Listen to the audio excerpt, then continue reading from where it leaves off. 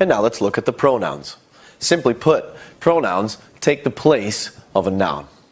We have various types of pronouns. They are personal pronouns, which can either be subject or object. We have reflexive pronouns, relative pronouns, and possessive pronouns. With our personal pronouns, we have to decide whether it's the subject or the object.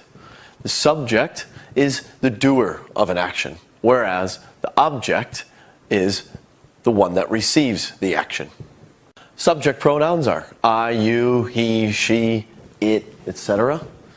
Object pronouns are me, you, him, her, etc.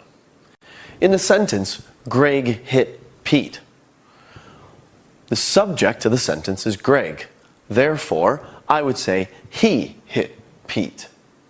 Or I could put a pronoun in for the object of the sentence, where Greg hit Pete.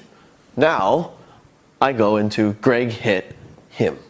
With our reflexive pronouns, these are the actions that we do onto ourselves if we're speaking about ourselves or somebody else. So I could say, I'm quite happy with myself, or I could say, you seem quite happy with yourself.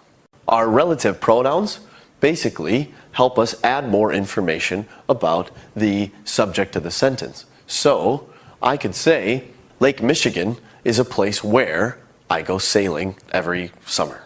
Now let's take a look at the possessive pronouns, but we'll do so by looking at also the possessive adjectives. Now let's compare our possessive pronouns to our possessive adjectives. We can easily identify which is which by keeping in mind what our adjectives do. Our adjectives describe our nouns.